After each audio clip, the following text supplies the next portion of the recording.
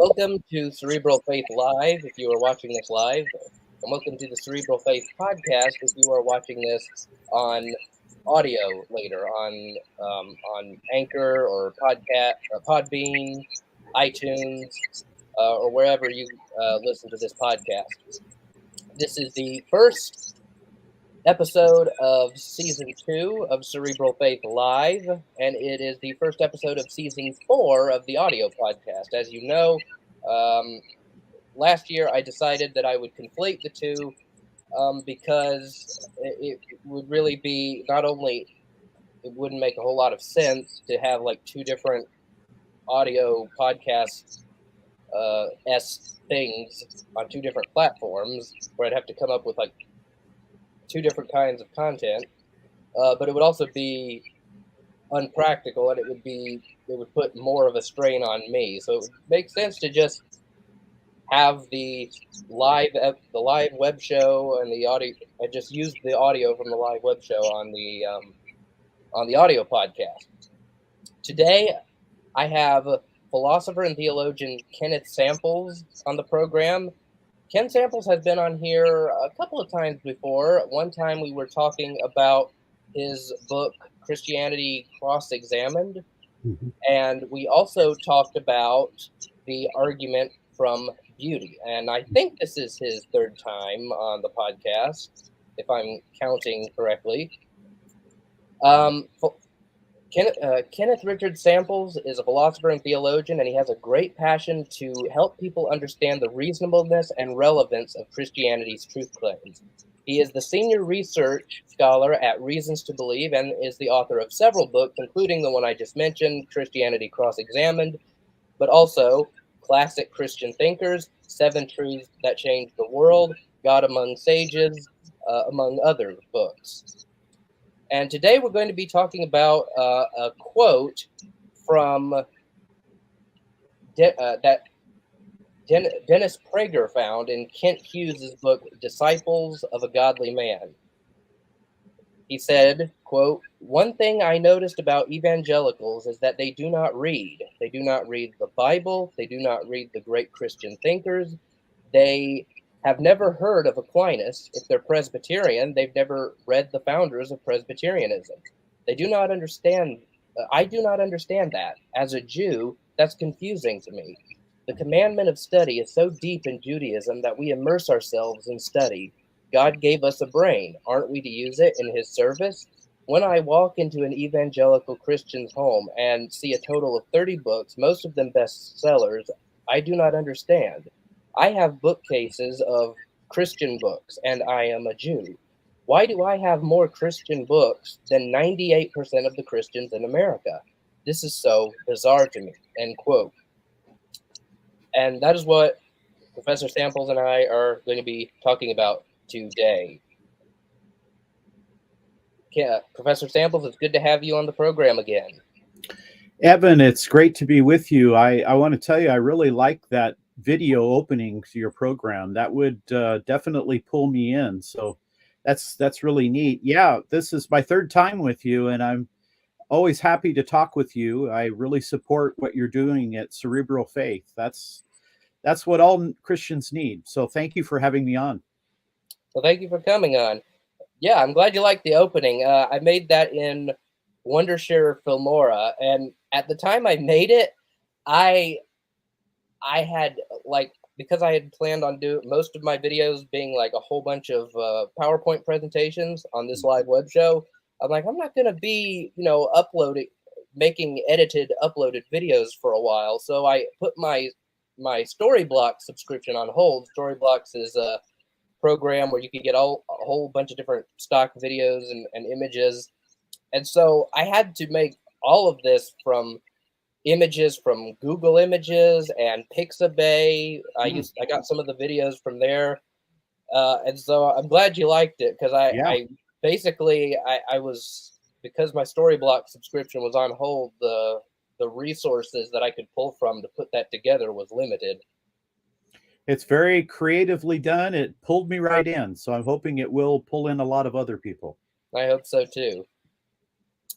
So what was it about Prager's comment that struck you the most?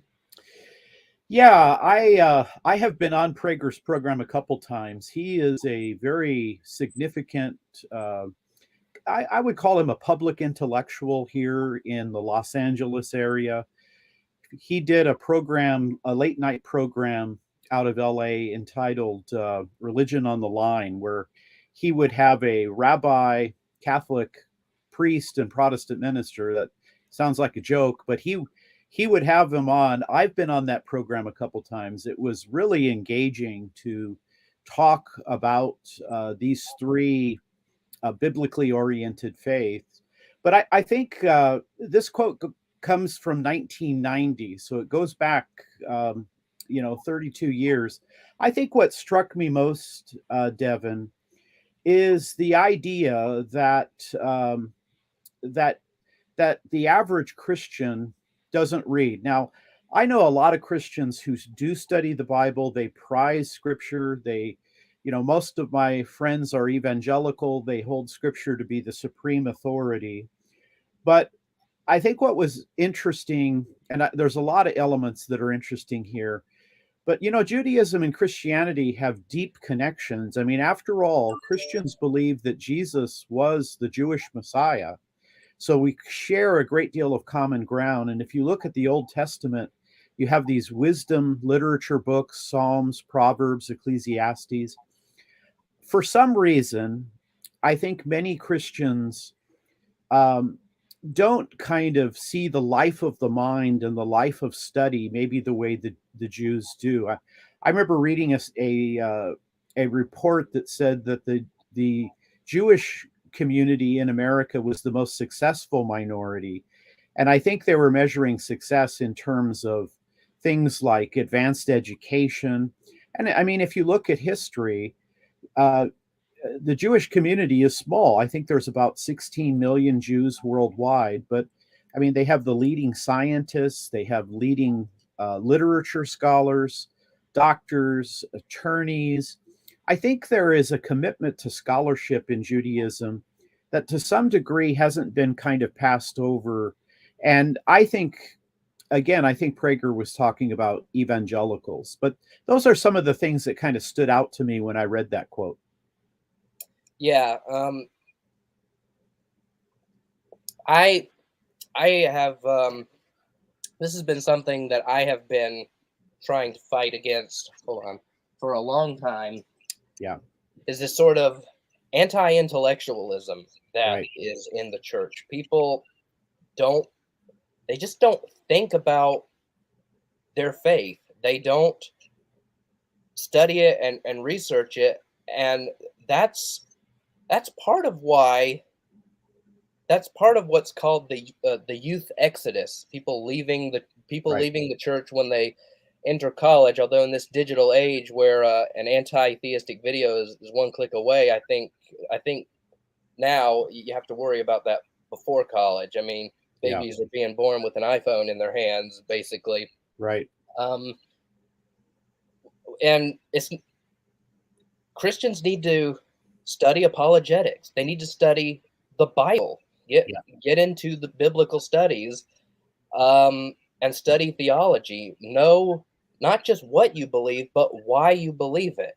Not Right. and it goes more than just like studying the arguments and the evidence for Christianity's truth, like the Kalam cosmological argument or the fine tuning argument or the minimal facts for the resurrection. It goes even just getting into the scriptures, looking at Yep. the Old Testament in its ancient Near Eastern context, and knowing what the biblical authors are saying.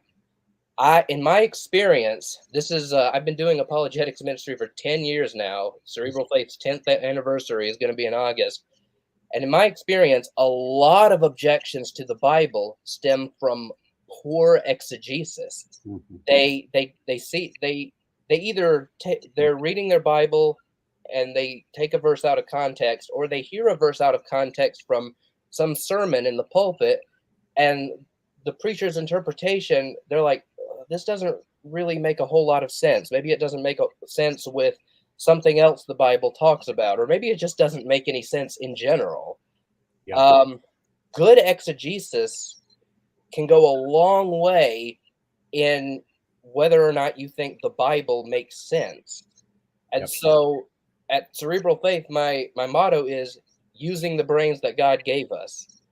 And I'm dedicated to putting out content showing that Christianity makes sense.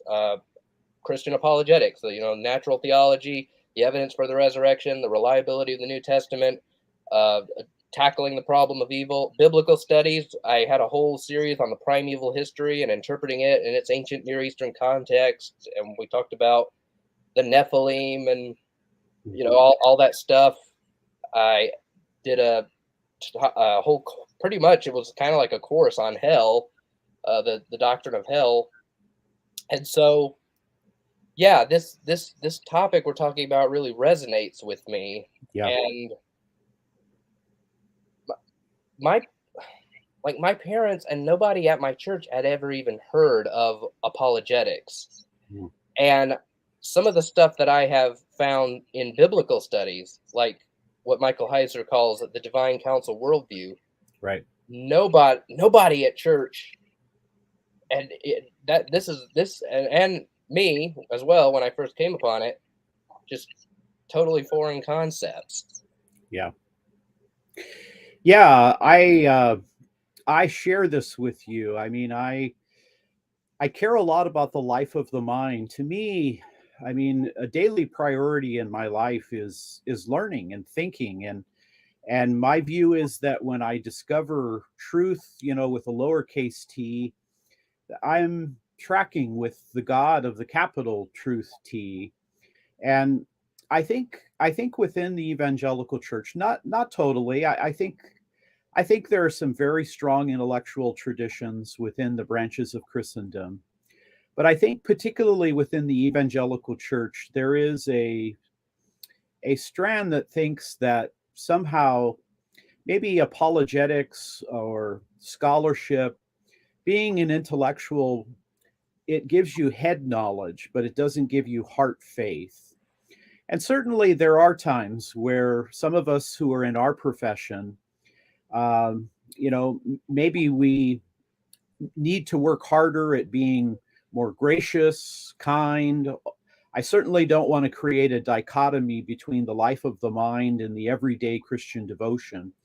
But I think there are Christians who somehow think that if your faith is too cerebral, to use your very good title of your organization, I think they feel like you're not devoted enough. But if I could flip that, and I'm glad you raised the question of young people leaving the faith, I think lots of non-Christians look at particularly evangelicalism and they think, well, these are feelers, they're not thinkers. And of course, I want both. I mean, I want to be part of a church where people are gracious and kind and warm and forgiving and loving. And I certainly want to be all those things myself. But I mean, truth should be a sacred thing. God is in the Bible. We're told that God is truth. We're told that Jesus is the way, the truth, and the life. And I think some of the difficulties we have relate to this issue. And I think of a quote by Jaroslav Pelikan. Pelikan was a Lutheran theologian in his early life, converted Eastern Orthodoxy in later life, and he was a professor at Yale in the area of history. He had a great quote. He said that the church is always more than a school, but it cannot be less than a school. And I agree. The church is a lot of things. It's a place of worship. It's a place of communion. It's a place of fellowship. Could be a counseling center. The church could serve many functions. It's more than a school, but it should never be less than a school. And I think that in many churches today, it's less than a school. And I think if you went, for example, to a Jewish community, you would pick up very quickly that they believe that scholarship is part of that faith. So I love your ministry and I love the name of it. And I think that you've picked up on something that we're in real need of, using that wonderful, remarkable brain and mind the Lord has given us. Yeah. And that's a good point about making sure that you don't just have head knowledge, but that you do have that sort of personal relationship with God as well. And in my experience, the like my intellectual research about Christianity also bleeds into my personal spiritual life. Um, people who have been following my Facebook posts have known that this has been like a really hard year for me. I mean, I lost my mom in September, and then a whole bunch of crazy stuff happened after that. But my faith wasn't shaken because I I knew that God can bring good. He can bring a greater good out of evil. I had talked about this, so many times when discussing the problem of evil. Um, how just one tiny insignificant event can just ripple into the future and bring about um, all kinds of good things that we just could never have foresaw. But I also knew God existed from like the Kalam cosmological argument, the fine tuning argument, the moral argument, the ontological argument. And I'm like, I can't walk away from that. I know these arguments are sound, and I can't just pretend that God doesn't exist because maybe I get mad at him or something. Yeah. So for me, that having an evidentially grounded faith, it really does keep me steady when my emotions might be trying to make me go in another direction. That's a great point. I remember C.S. Lewis writing that he said there were times as a Christian, he might have a wake up in the morning, he has a mood that kind of Christianity doesn't look so true and reliable. But then he said, when I was an atheist, I woke up in the morning and atheism didn't look so true and reliable either. We face storms in our life, and I'm sorry to hear about the loss of your mom. Losing a parent is one of the most difficult things in life. But you're right. We are like a ship in the ocean, and sometimes difficult things come into our life. But knowing that Christianity has real explanation, that it can explain the cosmos, the world, our own present condition. And I think that young people need to be taught in an environment where they begin to see that their faith is not just their own personal faith, but it's a historical faith. I mean, if Christ is risen from the dead, then that's one of the most important things anybody could ever want to hear. And I think from a devotional point, I like the way you put that your love of the mind, your love of ideas has made union with a life of devotion. And it's very easy, I think, to think about apologetics and to think that life is just a bunch of ideas. And I think that demonstrating that we are mature people, we can be gracious, we can be loving and kind, that's a very important part of the package. And when I teach at Biola University, I will tell you, a lot of times the young people, their intellect is above their kind of devotion, and I try to help them to kind of bring them together. That a non-Christian is going to ask, if I become a Christian, will I be like him or will I be like her? So this is really a very important area, and I think you're right. I think young people need to be taught, and every church, in my view, should have a class where you can, I'd like to call it the doubters class, where you can come and you can ask difficult questions. You can be honest. You can say, look, I have trouble with the Bible, or I have, trouble with the God of the Old Testament, or I have trouble with evolution and science. Just a place where people can come, not feel intimidated or threatened. And then we get into these ideas. And it's concerning that somebody like Dennis Prager would say, look, I probably know much more about Christian history than many Christians do. So your organization and the one I work for at Reasons to Believe, I think that these are very important works in the church today. And we need to get people fired up. And so I think this is a very interesting topic. what does pursuing the life of the mind actually look like for a Christian? If a Christian, like maybe someone listening or watching, thinks, I really have been neglecting the left side of my brain. How can I? Where can I get started to start? Pursuing having the life of the mind. Yeah, I know for me, the life of the mind means that it's part of my overall devotion to God. I want to I want to exhibit the fruit of the Spirit in my life. I want to be gracious to my neighbor. I want to love my brothers and sisters in Christ. But there's another dimension of my life where I want to love God. I want to love God with my intellect. I want to love God with my rationality. And for me, that means that learning, I like to say that, after a long period, I'm now in my early 60s. I really think the most important kind of learning is what I would call lifelong learning. A lot of times when we're younger, we think, well, I'll get a degree, I'll get a job, or I'll get a degree, I'll go into ministry.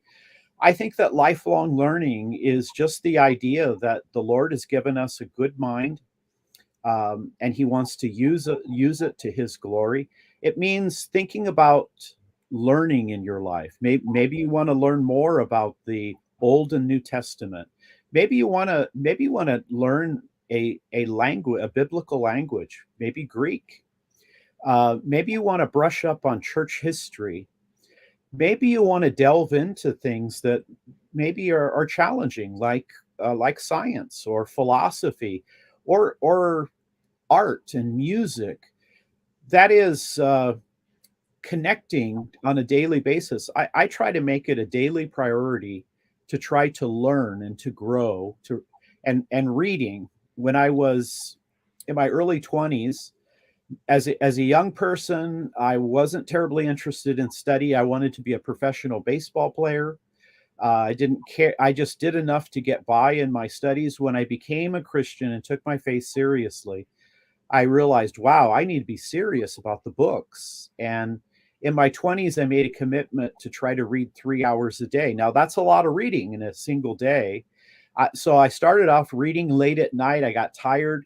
So I finally came up with I'd get up at 5 o'clock in the morning and I would read from 5 to 8. And then I would go to work or I'd go to school. And that's a habit I've tried to incorporate in my life. It's a habit I've tried to pass on to my children, to my students, to my colleagues. It's part of loving God. And maybe that's where, again, Christians have a hard time. Using your mind can be viewed as one part of your overall devotion and love for the Lord. And maybe that can pull people in. Mortimer Adler says, one of the great educators of the 20th century, converted to Christianity late in life.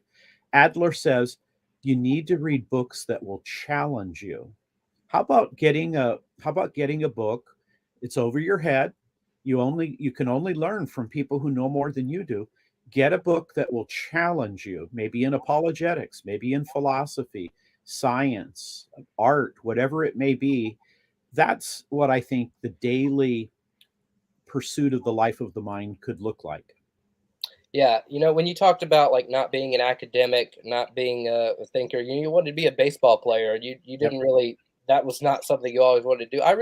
That really resonated with me. I too just studied enough in school, elementary, middle, high school. The latter two being homeschooled. I just studied enough just to get good grades. I didn't really see myself as an academic, and like when God called me to do apologetics, like I didn't think I was smart enough.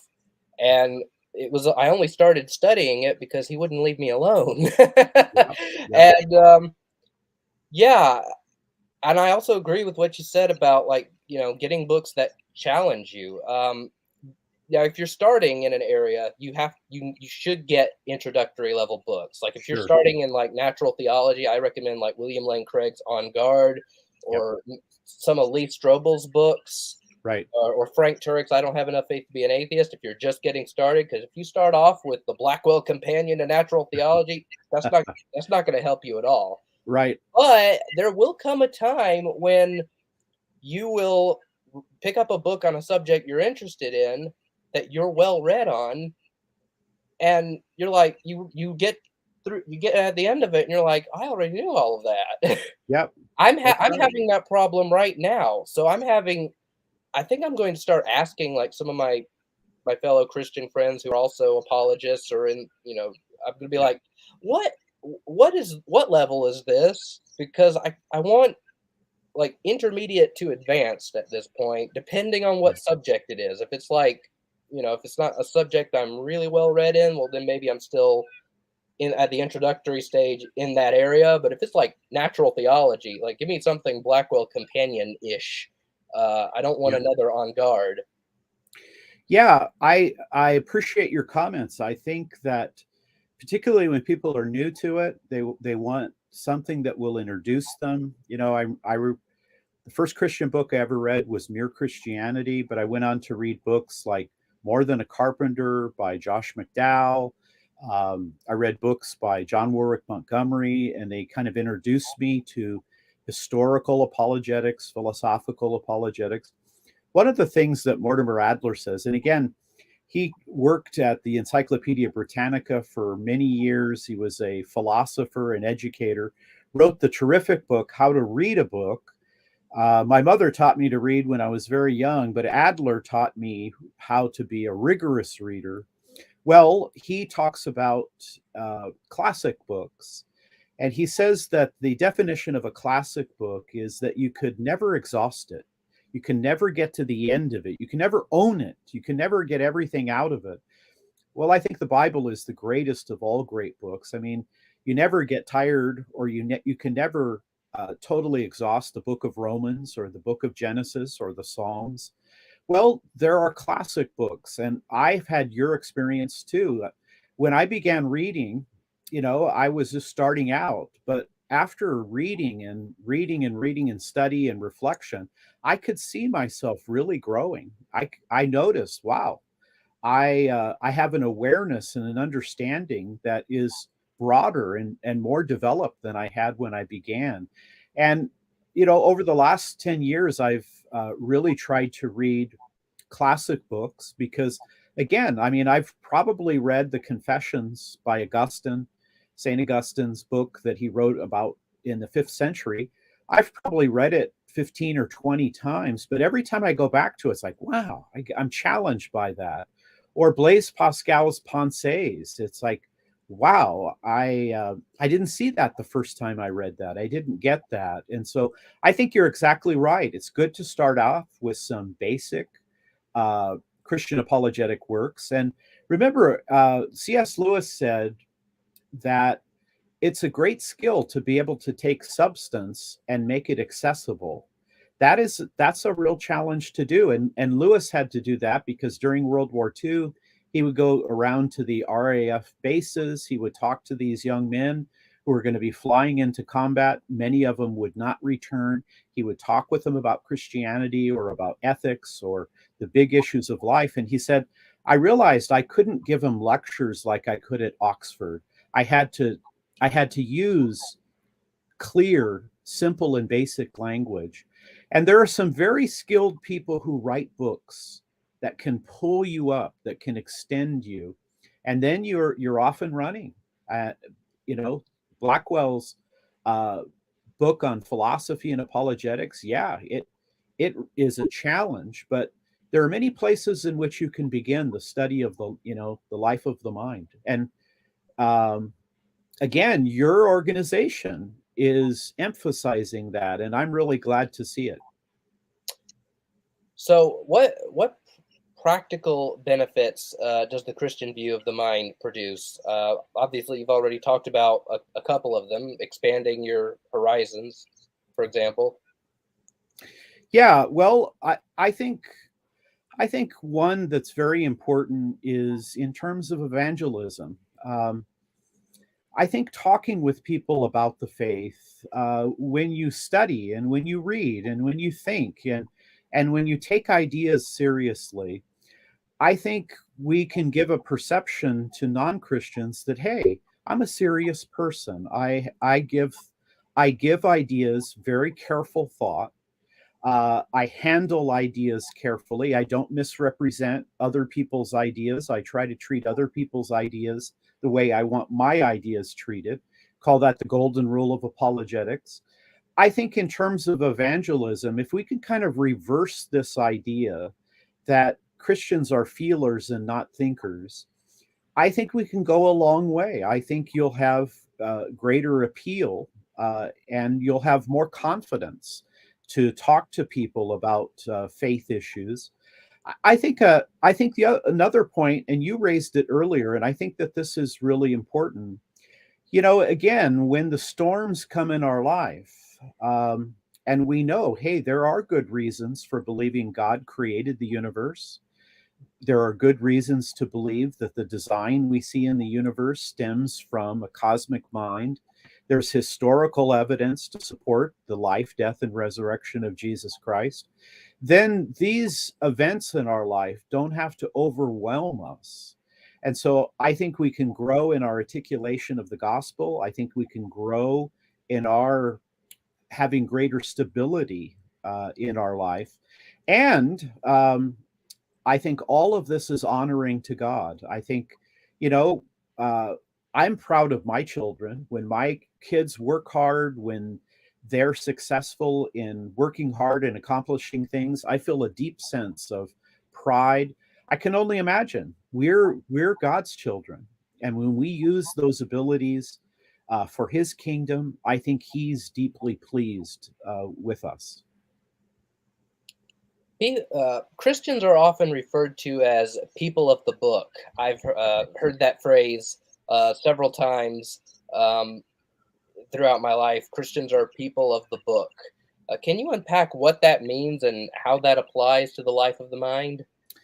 Yeah, I love this idea. You know, if you go back to the first, second, third, fourth century of Christianity, and you look at the Greco Roman world in which Christianity is interacting with, Christianity really comes out of Judaism. Judaism is a people of the book. That is, they study and they learn to revere God.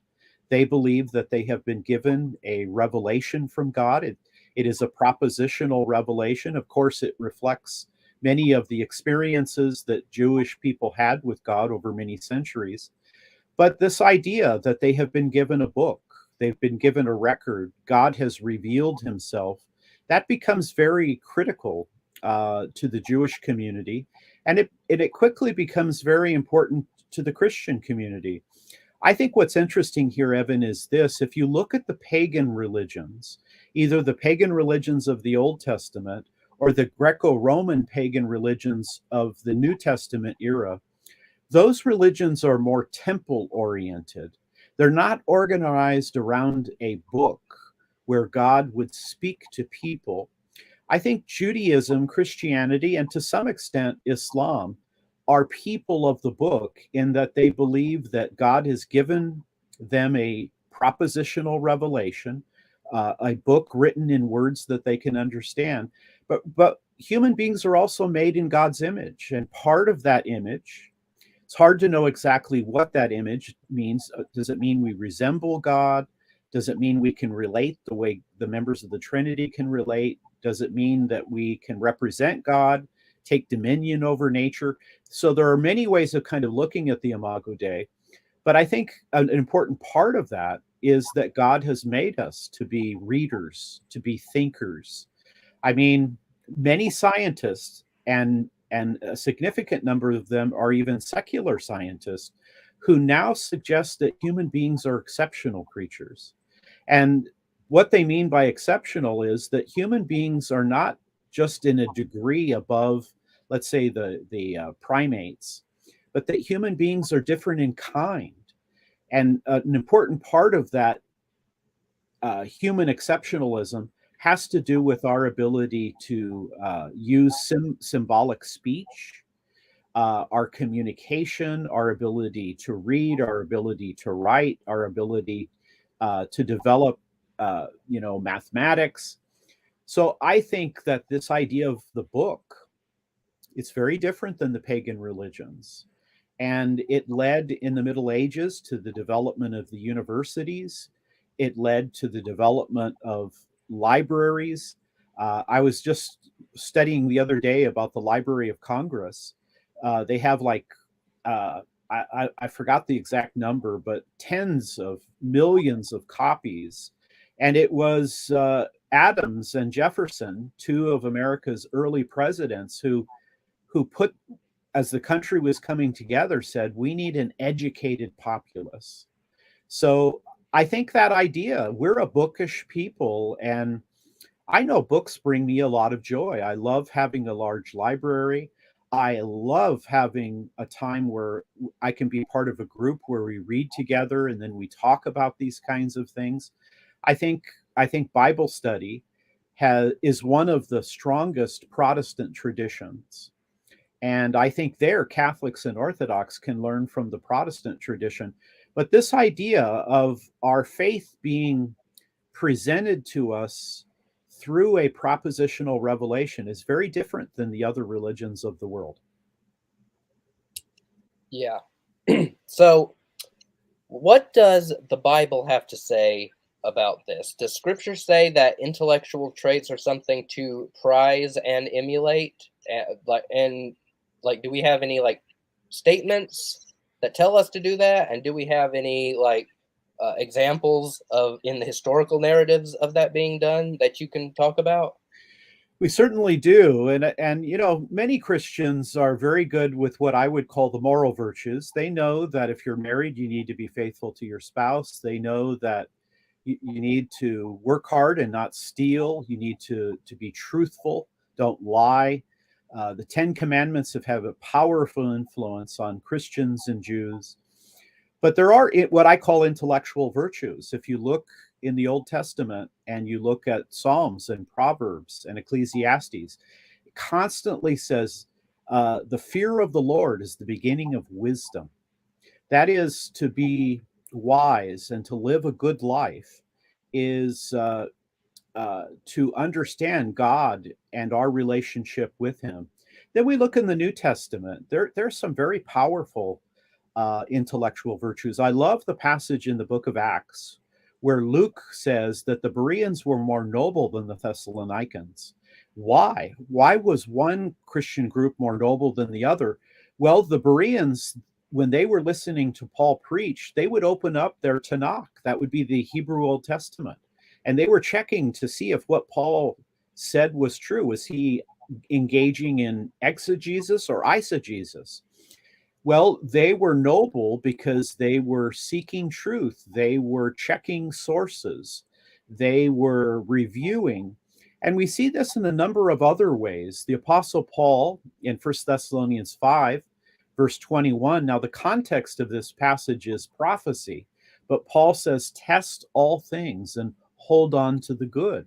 Well, the early scientists who developed science in 17th century Europe, this idea of testing and evaluating, clarifying, falsifying, that became a very important intellectual principle. And then John, he says, you know, don't believe things too quickly. Why? Many false ideas, many false prophets have gone out into the world. And then Paul in the book of Romans chapter 12 talks about your mind being renewed. Rather than following the zeitgeist of the time, allow God's revelation to transform your mind. So I think the Bible does talk about intellectual virtues, being careful. Maybe the word in place of testing would be discerning.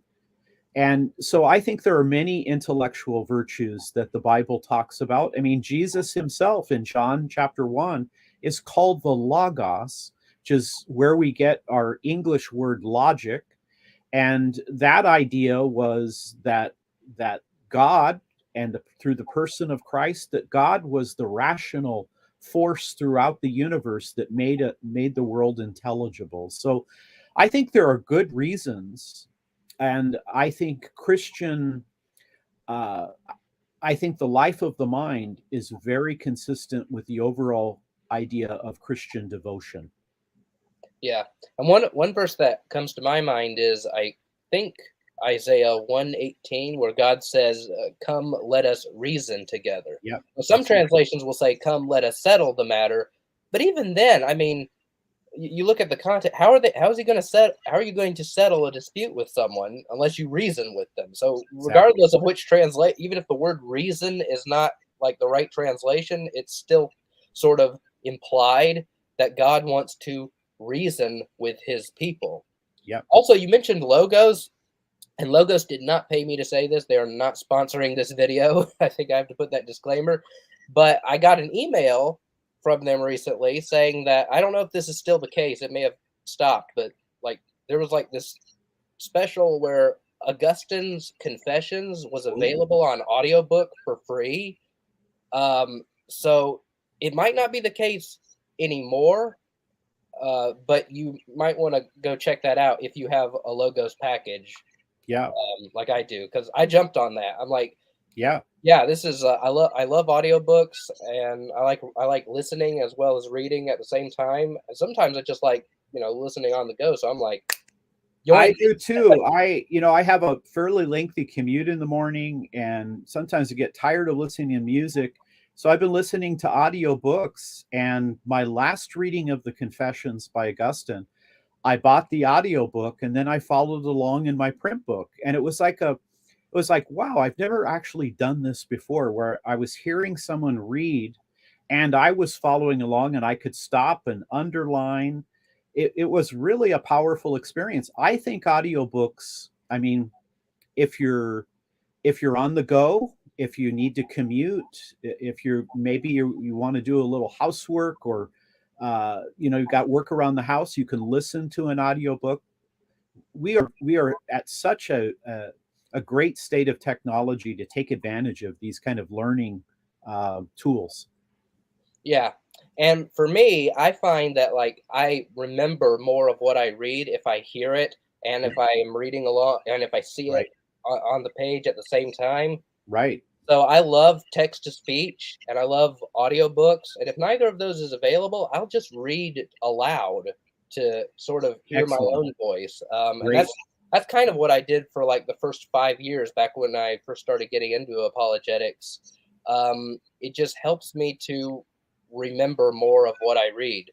Now, And now, with, Evan, with if audiobook and maybe with you've audiobook, already maybe you've already done this, but if you haven't, I would encourage you to do some shows where you talk about your own personal habits, your own personal growth, what's been meaningful to you, and how you do this.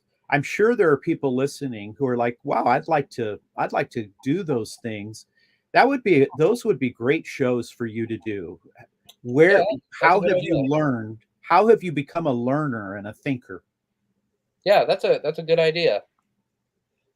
So you have a huge library and you always seem to be reading and reflecting about ideas.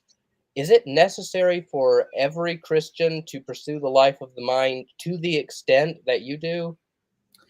It's an important question. I have about 5,000 books. I'm more of a print book person than I am an ebook reader, although I love audiobooks. No, I don't think everybody has to have a very large library. I don't think everybody has the same specific calling in life. Uh, I'm an adjunct professor. I work as a research scholar at Reasons to Believe.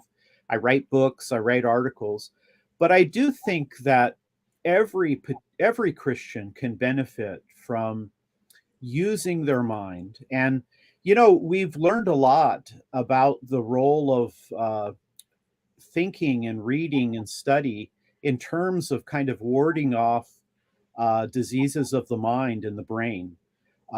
People who are intellectually active, it is, if you don't use it, you're going to lose it. So I think there are many benefits in terms of health. I think in terms of just growing and developing. So no, not everybody is going to do the work you do, Evan, or the work that I do. Not everybody is going to have a commitment to building a library like that. But I think everybody could take a half an hour, maybe an hour, where they have time of study, maybe time of study of God's word. then maybe selecting a book in a particular area that they can challenge themselves. So I think this is very important. You know, thinking it our thinking is what develops us inside, and not only does the Bible say, "As we think in our hearts, so we are," but Socrates said that. Siddhartha Gautama, the Buddha, said that.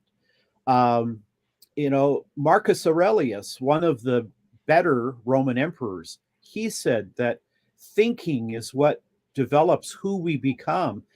And that's certainly consistent with Christianity. When we allow God's word, when we allow the truths of God to shape our mind, and because everybody's made in the image of God, because everybody sees the general revelation and special and common grace, there are many things we can learn. We can learn even from people who don't actually share our faith. So let's talk about like maybe some resources that people can get into for like diving into certain subjects. So let's say somebody wanted to study arguments for God's existence. What would be, and let's say they've never done that before, what would be some of the books that you would recommend that they start with? Yeah, good question. I'm going to mention one of mine, and then I'll mention some others. One of the books that I wrote some time ago is entitled Seven Truths That Changed the World. And one of the things I like about that book is I think that it has a very solid calculus, if you will, in terms of substance and readability. So if you're kind of new to these arguments, I talk about the Kalam cosmological argument in context with Big Bang cosmology. I talk about fine tuning in the universe along with the design arguments. I introduce the moral arguments, and I think I even touch upon the ontological argument and all kinds of historical Christian evidences, resurrection, prophecy, and things. So that would be a book where I think, what I like about the book is I think it has real substance, but I think it is a place where somebody can begin the process and move forward. And then once you've done that, you can begin reading other books on the topic. I think that people like J.P. Moreland and William Lane Craig do a very good job of having apologetic books where they take you to that next level. So I would encourage you to kind of begin if these ideas are new to you. You want something that's kind of, you don't want it to all be over your head, but the more you read, the more you think. So there are some very good books out there to help you. Yeah. Some of the ones I would recommend would be, and again, I plug my own book, The Case for the One True God, a scientific, philosophical, and historical case for the God of Christianity. That's available in paperback and Kindle on Amazon.com. But other than my own, talking about the arguments for God's existence, I would recommend William Lane Craig's On Guard, Defending Your Faith with Reason and Precision. That was one of my first apologetics books I ever read, and it was accessible. And Dr. Craig just has a gift. He is a brilliant philosopher, and he just has a gift for just taking the most complicated, abstract ideas and making them accessible to the layperson.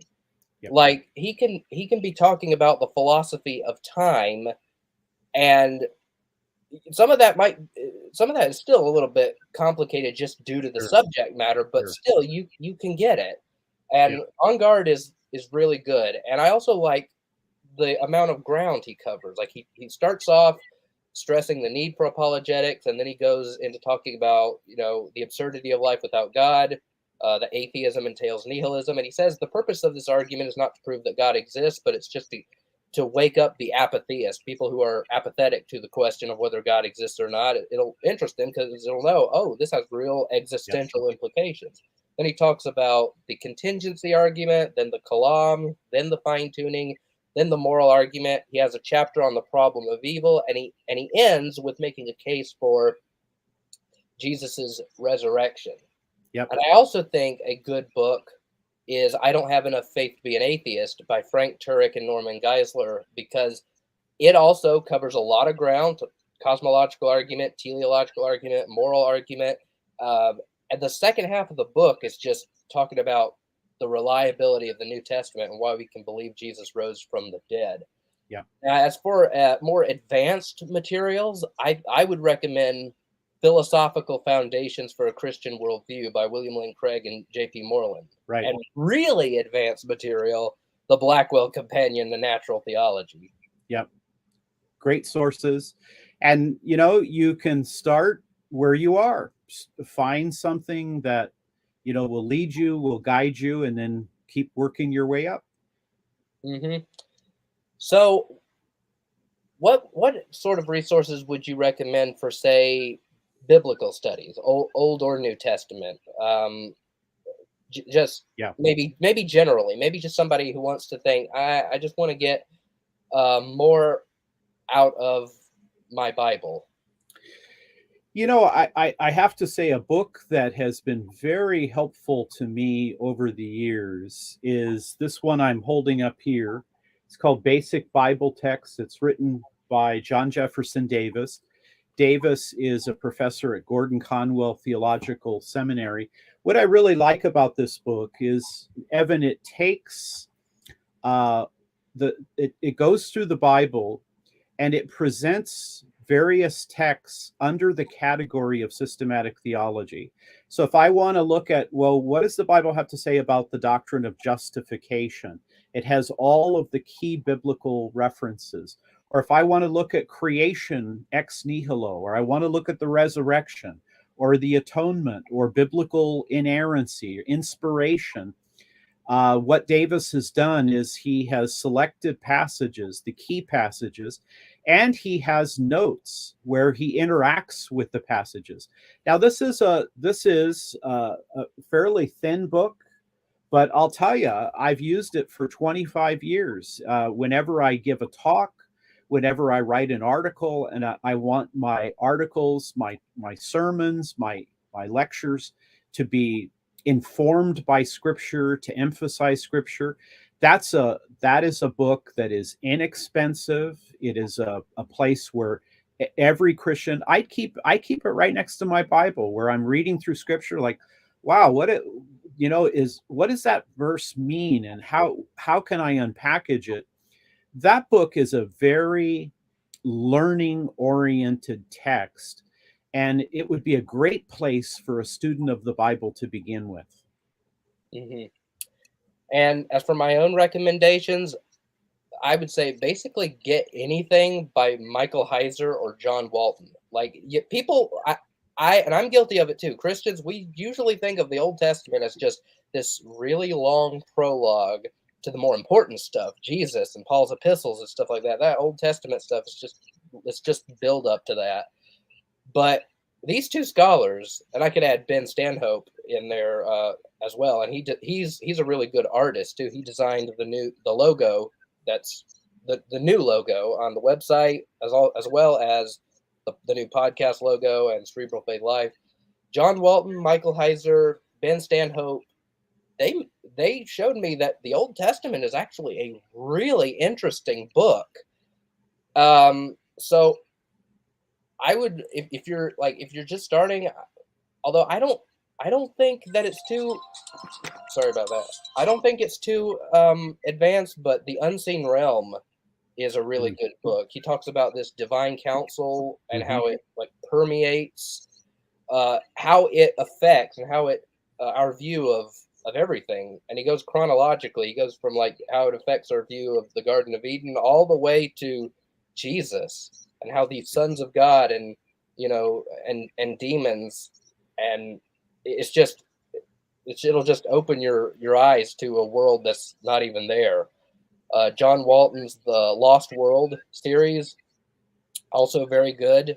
And I would also recommend the Apologetic Study Bible. Yep. and the NIV Cultural Background Study Bible. Both of those have different they have different aims. The Apologetic Study Bible is to like help answer objections to the Bible. It's to help you learn how to defend the Christian faith. Is very good.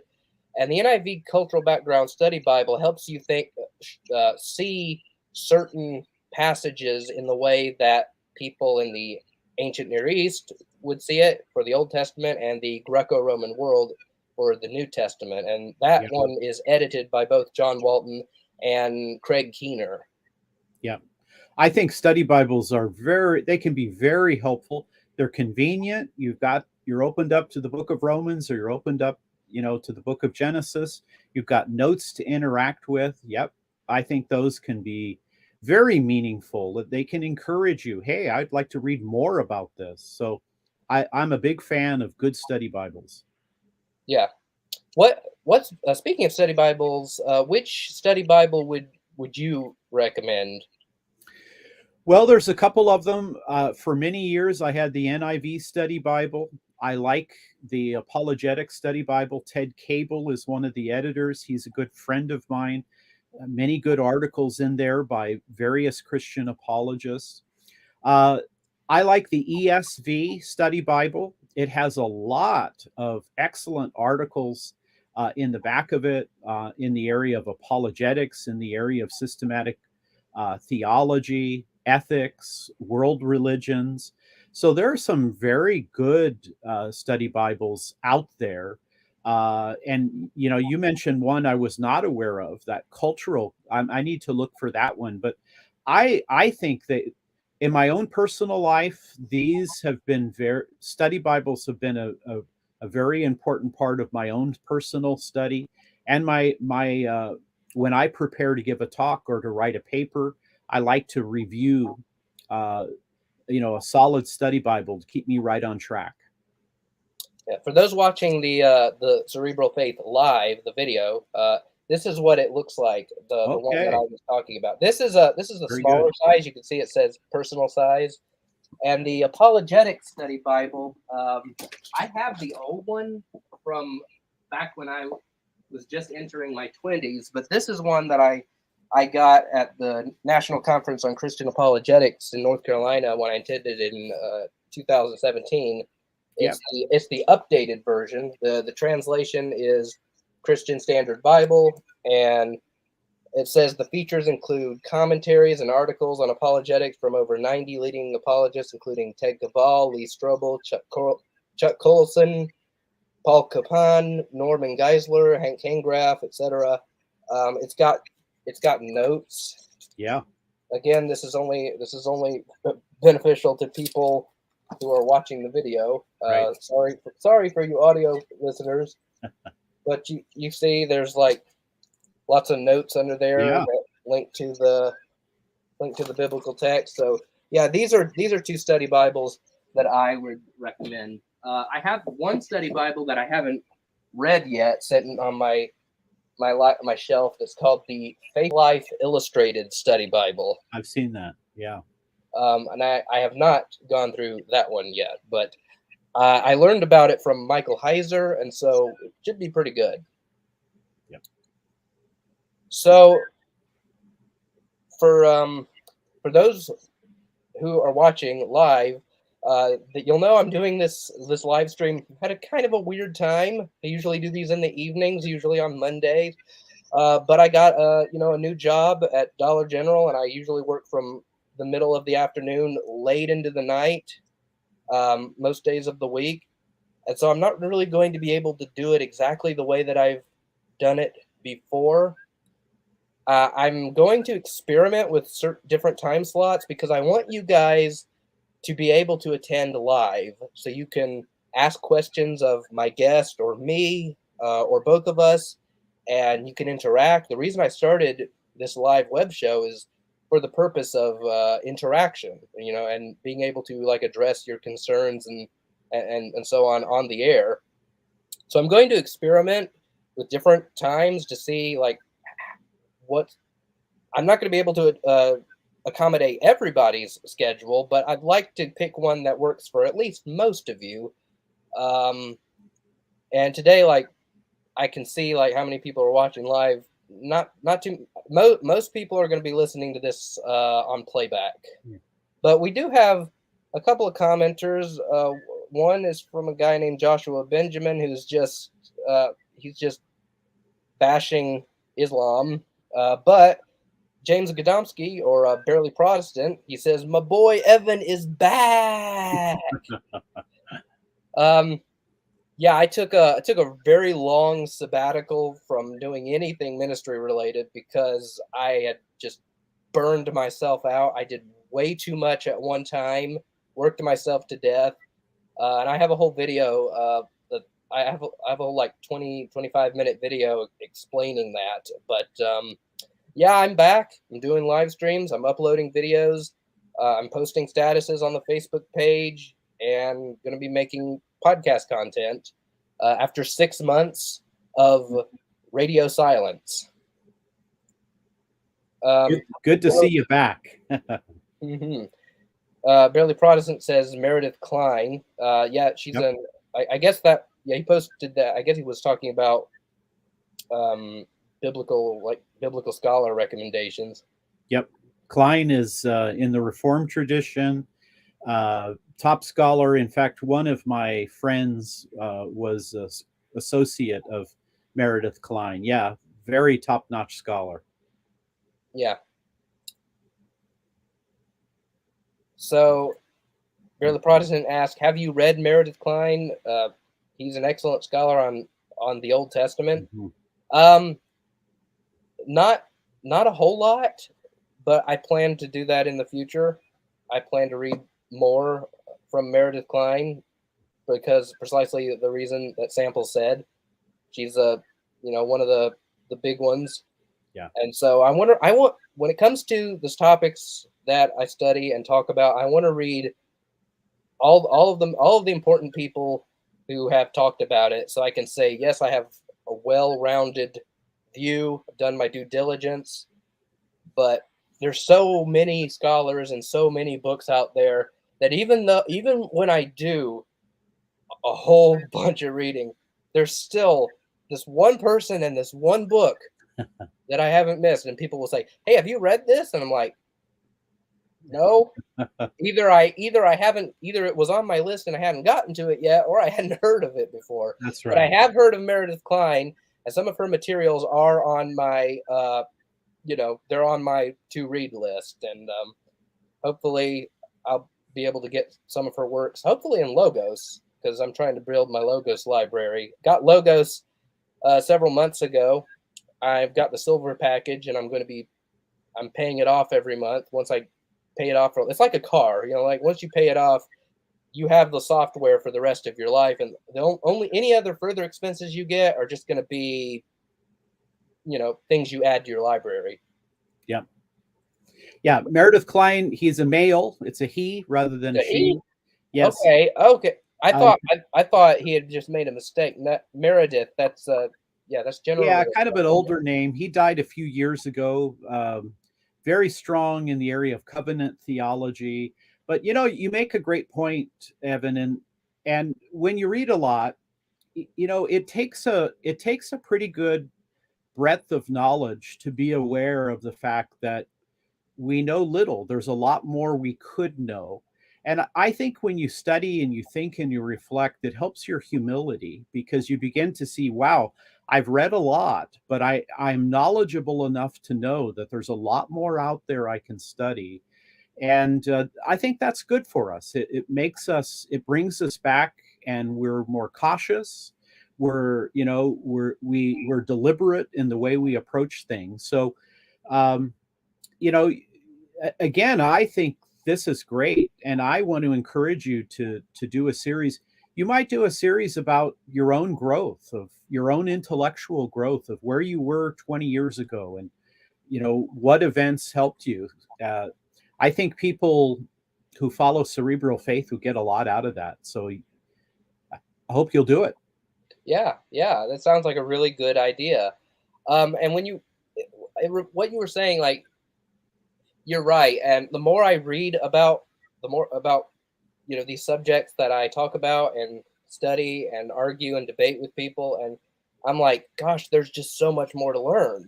Yeah. I'm like, even though I've accumulated such a wealth of knowledge on, natural theology and Old Testament stuff, there's like, oh gosh, there's just so much more to learn, and there's so many more books I want to read.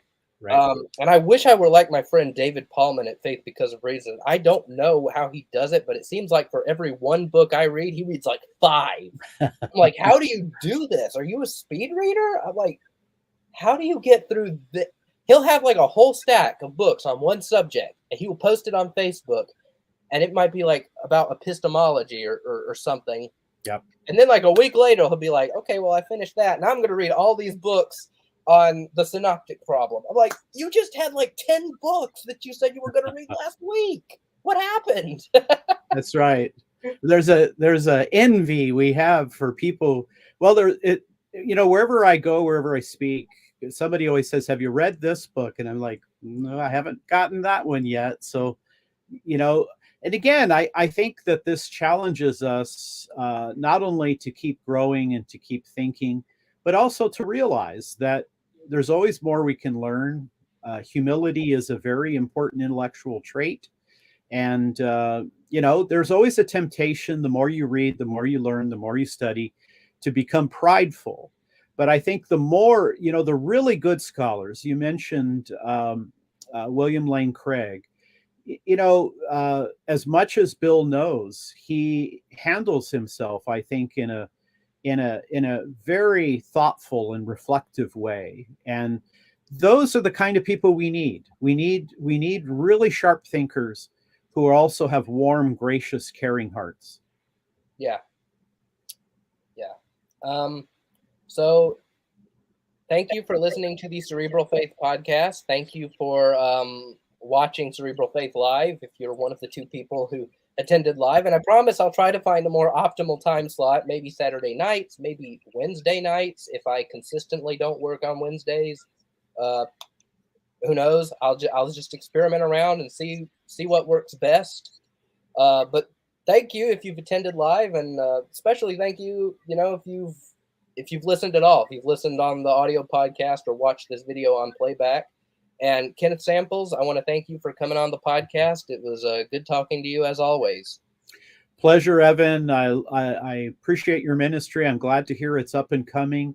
Again, sorry for the loss of your mom, and the Lord's blessing upon you. Thank you. If you would like to support Cerebral Faith financially, go to www.patreon.com/cerebralfaith. If you go there, you'll see that you can get all kinds of different benefits. You can get early access to uploaded videos, early access to blog posts. I don't really do the early access to the podcast thing anymore because the podcasts are now live. So they're, as soon as we do them, that's when it's available, even if it's not available in an audio only format. But you can get that, and you can get shout outs on the videos. On the uploads, it'll be in the form of end credits, but on the podcast, I'll just say your name out loud because I want to thank you, because your support really does help. It helps to cover things like research materials. It helps me pay for the website, StreamYard Premium, without which we'd have a big duck in the upper left-hand corner, or upper right-hand corner. It helps pay for Canva, which I use to make thumbnails, and I've used it to make a bunch of my presentation slides. It just really helps, because making good quality content is not cheap, and I really am thankful to those of you who help support me. Those would be Red Blade Flame, Steel Cat, Andrew Melnick, Nathan Hamilton, Jordan Hampton, Brandon Whitaker, and David Parrish.